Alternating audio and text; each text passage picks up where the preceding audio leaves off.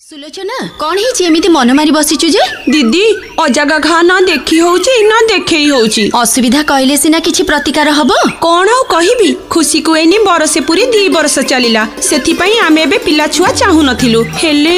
के दिन हेलानी 2 मास व्यस्त हनी व्यस्त केमिति हेबिनी कहिलो काली कोइली धाई पाखु को जाईथिली जे 1000 मागुची कोन करिबी अरे तो मुंडो खराब ना कोन अणतालीम प्राप्त व्यक्ति द्वारा असुरक्षित गर्भपात कले जीवन प्रति घोर विपद अछि आम डाक्तरखाना रे तो सरकार एथि पई सब व्यवस्था करिसेंती हेले एथि पई केते टंका खर्च हबो टंकाटिए भी नुह बिना मूल्य रे निर्धारित सरकारी स्वास्थ्य केन्द्र मानकरे गर्भपात करि हबो सतरे दीदी हाँ आज्ञा केबे भी अणतालीम प्राप्त व्यक्ति द्वारा असुरक्षित गर्भपात करी निजको मरण मुह को ठेली दियंतुनी सरकारी डाक्तरखाना रे तालीम प्राप्त डाक्तर द्वारा गर्भपात संपूर्ण मागणा और निरापद गर्भपात आम समस्तंकर दायित्व।